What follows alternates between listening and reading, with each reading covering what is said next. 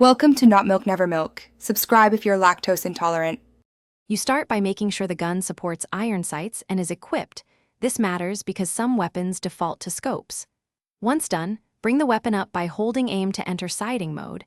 You'll see a steadiness meter and the rear and front sight alignment. Make small right/left adjustments with the left stick or mouse to align the front post inside the rear notch. Don't rush. Proper alignment is the key to consistent hits. Once your sights are aligned, focus on compensating for distance and bullet drop. You aim higher for long-range shots and lower for close targets. Make micro-adjustments using your movement and aim inputs. Small nudges change where the front post sits relative to the target. Hold steady until the sway reduces.